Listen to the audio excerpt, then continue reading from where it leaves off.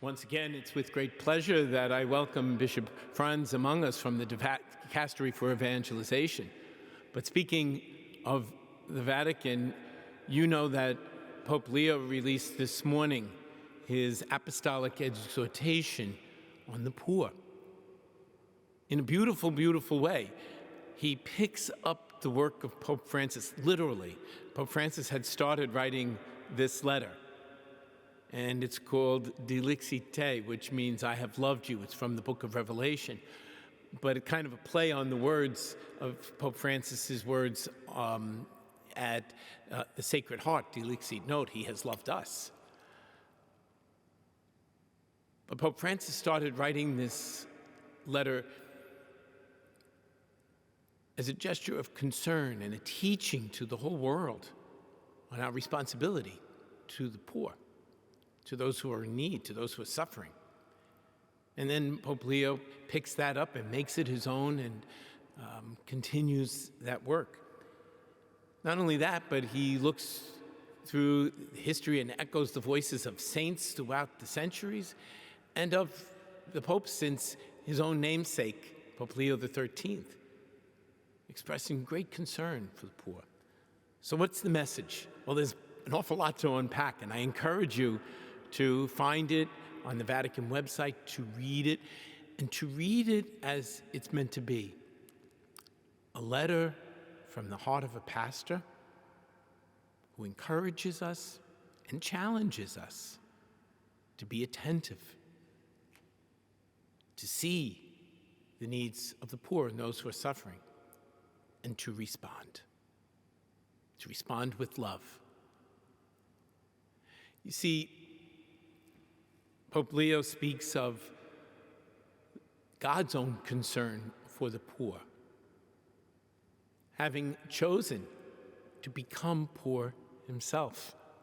God, who is rich at the throne of heaven, chose to empty himself to live among us as one who is poor.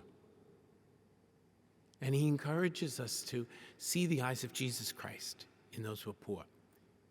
He asks us to really think about political and economic systems which demean human dignity. He asks us to look in our own hearts to see how we respond to those around us. I thank the Holy Father for these pastoral words, for this pastoral challenge, for encouraging us and building us up, and calling us to task. In the book of Malachi, we heard from the book of Malachi today. It's a very short book. And while it doesn't address poverty, it does talk about different offenses against God and how God comes to vindicate those who are faithful, those who are trying, those who suffer. Malachi speaks of that terrible and great day with the blazing fire that will cause destruction of the proud, of the wicked, of those who trample on others. But that same fire has its burning, healing rays for those who are faithful. Hearing the teaching of our pastor, Pope Leo, we pray, asking that we might hear these words of God, encouraging us to love one another with a true and effective love, to be among those who are faithful, and to share in his glory. Pope Leo ends his letter in this way. It's a beautiful passage.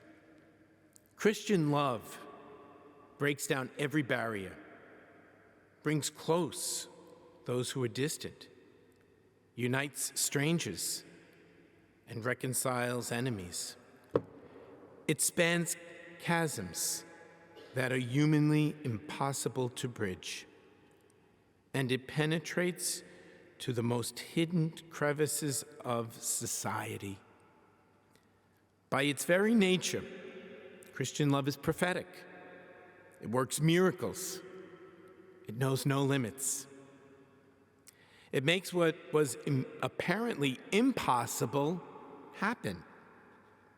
Love is above all a way of looking at life and a way of living.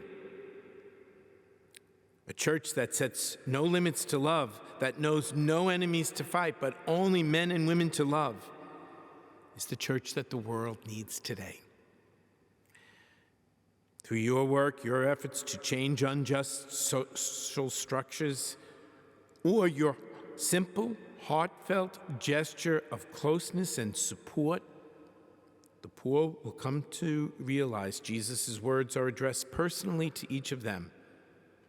I have loved you. Hi, I'm Christine Persichetti, anchor of Currents News. If you like what you saw, please hit the like button on this video. And if you want to see more content just like it, subscribe and click on the bell for notifications. Thanks for watching, because we are putting your faith in the news.